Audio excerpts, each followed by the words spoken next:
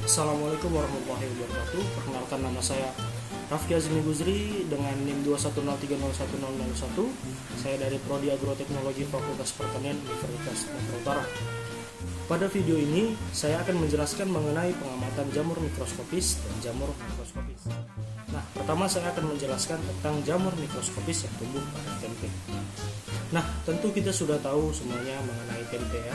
Tempe ini merupakan makanan yang sering kita gunakan sebagai lauk pauk dalam kehidupan sehari-hari kita. Nah, tempe ini berbahan dasar kedelai.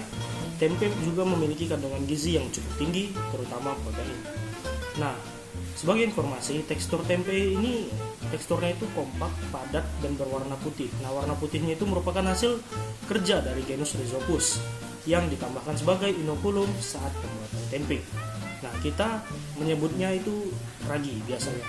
Nah, warna putih yang berserabut itu pada tempe sebenarnya merupakan Mycelium kapang Rhizopus atau biasa kita sebut dengan jamur tempe. Nah, jamur Rhizopus oryzae yang terdapat pada tempe ini aman dikonsumsi karena tidak menghasilkan toksin dan mampu menghasilkan asam laktat. Jamur Rhizopus oryzae mempunyai kemampuan mengurai lemak kompleks menjadi trigliserida dan asam amino.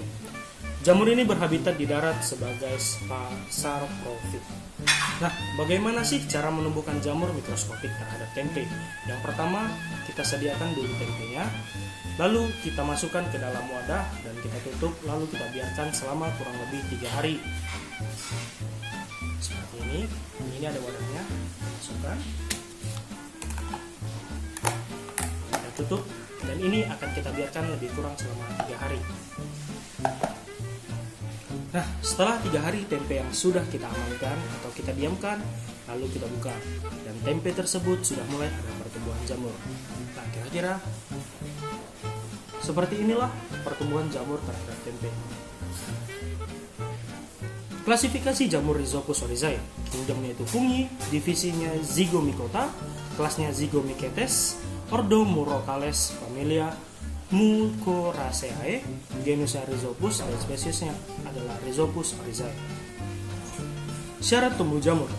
Rhizopus oryzae termasuk jamur yang pertumbuhannya cepat, di mana dalam pertumbuhannya di bawah suhu optimal cepat pada 1,6 mm per jam.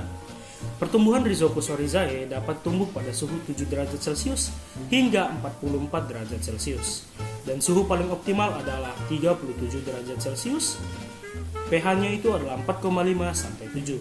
Kemudian dengan memperhatikan kelembapan udara, kandungan air, dan jumlah nutrien dalam bahan juga dibutuhkan jamur. Struktur dari Rhizopus oryzae adalah sebagai berikut.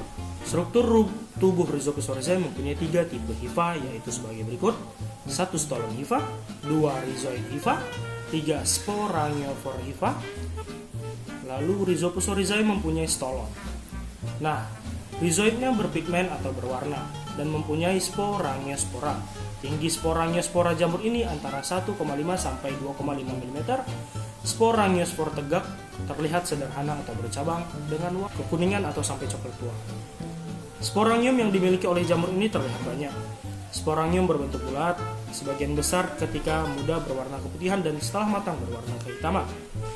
Columella terlihat berwarna coklat dengan bentuk bulat atau setengah bulat. Ukuran spora yang pendek berbentuk elips dan tumbuhnya tidak teratur. Rhizopus bereproduksi dengan 2 cara, di antaranya secara aseksual dan seksual. Reproduksi secara aseksual ialah di mana tumbuhnya spora non-motif yang dihasilkan dari sporangium, sedangkan reproduksi seksualnya ialah dengan konjungsi. Peranan Rhizopus oryzae. Selama proses fermentasi dari kedelai menjadi tempe akan menghasilkan antibiotik yang mencegah penyakit perut seperti diare. Selanjutnya saya akan menjelaskan tentang jamur makroskopis. Nah, jenis jamur yang saya gunakan adalah jenis jamur tiram. Nah, jenis jamur tiram ini banyak dibudidayakan oleh masyarakat, seperti jamur tiram putih yang dikenal dengan nama Shimeji white atau varietas Florida. Habitat asalnya di daerah dataran tinggi sekitar 700 sampai 800 meter di atas permukaan laut. Nah, jamur tiram ini merupakan salah satu jamur kayu yang banyak tumbuh pada pokok-pokok kayu yang sudah lapuk. Nah, jamur ini mudah dibudidayakan menggunakan substrat serbuk kayu yang dikemas dalam kantong plastik dan diinkubasi dalam rumah jamur. Klasifikasi jamur tiram putih tersebut adalah Kingdom Mycetaceae, divisi Amastigomycota, kelas Basidiomycetes, ordo Agaricales, famili Agaricaceae, genus Pleurotus, spesies Pleurotus ostreatus. Disebut jamur tiram putih karena tubuh buahnya berwarna putih hingga krem dan tudungnya berbentuk setengah lingkaran mirip cangkang tiram yang berukuran 5 sampai 15 cm dengan bagian tengah agak cekung. Tudung atau pileusnya berwarna putih dengan permukaan yang hampir licin. Tepi tudung mulus sedikit berlekuk dan di bagian bawah tudung terdapat lamela atau gills berbentuk seperti berlapis-lapis seperti insang. Berwarna putih dan lunak dan di lamela tersebut terdapat hifa. Kemudian selanjutnya ada tangkai atau stipe. Lalu bagian bawah terdapat misela yang bisa tumbuh dengan cepat. Bagian tubuh jamur yang berbentuk menyerupai payung merupakan alat reproduksi jamur dan berproduksi secara seksual.